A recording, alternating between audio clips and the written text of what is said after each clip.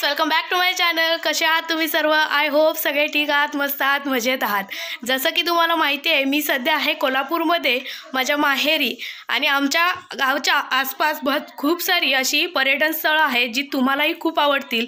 तुम्ही जर कोल्हापूर मार्गे आजरा मार्गे जर गोव्याला जाणार असाल तर वाटेतच एक रामतीर्थ, चित्री प्रकल्प अशी बरीचशी ठिकाणं आहेत। आंबोलीचा धबधबा, त्यामधलेच एक चित्री प्रकल्प आपण बघायला जाणार आहोत। चला तर मग आज आपण चित्री प्रकल्प बघून येऊ।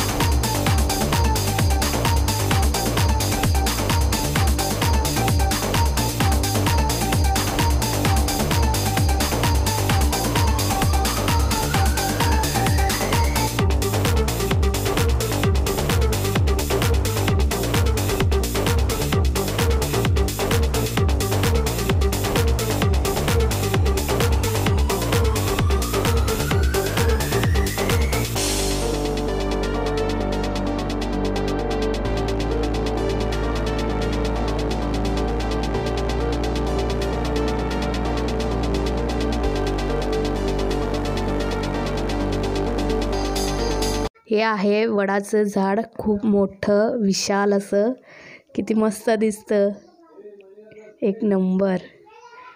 आणि इथेच एक बाजूला एक आता विस्मरणात चाललेली अशी ही आहे बोरवेल आणि याला असं केल्यानंतर पाणी येतं। खूप जुने पद्धत आहे। आता ह्या अशा बोरवेल आपल्याला बघायला मिळत नाहीत।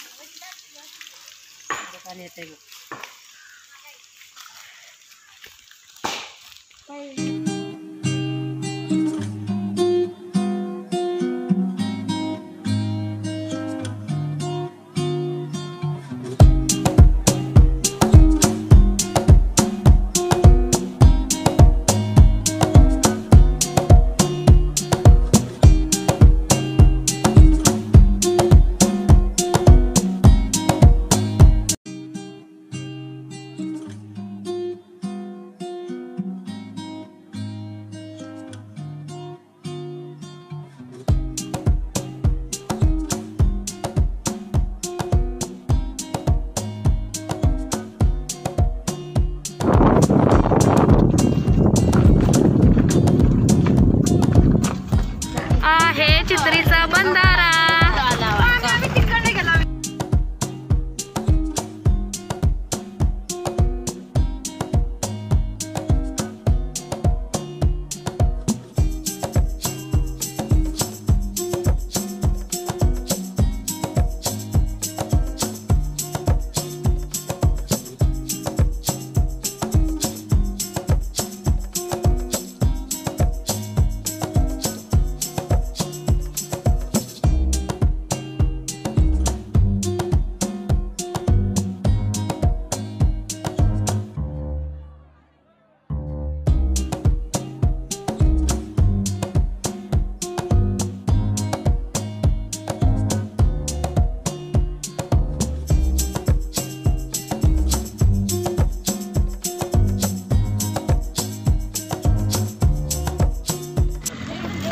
आहे चित्री प्रकल्प। तो कुठं हाय? निधी निधी ए निधी इथे वीज निर्मिती केली जाते। हा वीज निर्मिती केंद्र आहे। ह्या पूर्ण डॅमचा पाण्याचा वापर करून वीज निर्मिती केली जाते।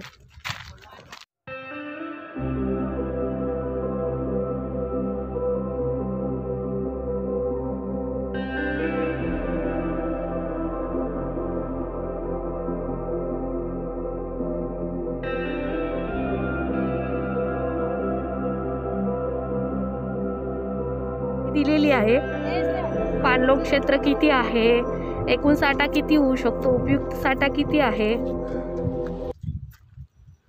त्याबद्दल। खूप सुंदर असं निसर्गरम्य वातावरण आहे।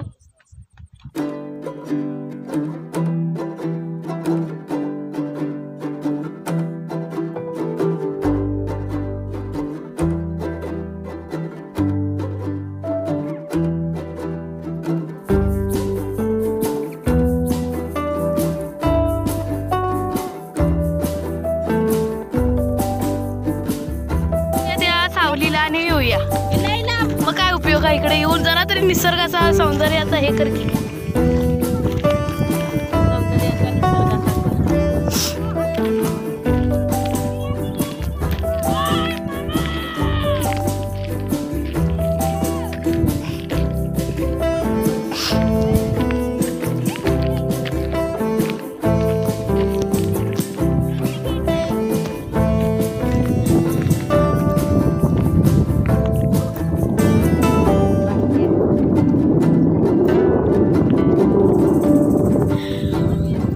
पावसाळा झालेला आहे त्यामुळे इथे आता हे धरण पूर्ण भरलेलं दिसतंय। पावसाळ्यामध्ये पूर्ण क्षमतेने भरलं जातं त्यामुळे याचे दरवाजे सोडावे लागतात। पण आता हे पाणी साठवलं जाणार आहे कारण उन्हाळ्यात आजूबाजूच्या गावांना पुरलं पाहिजे त्यासाठी इथे साठवणूक केली जाते। त्याचबरोबर इथे वीज निर्मितीही केली जाते।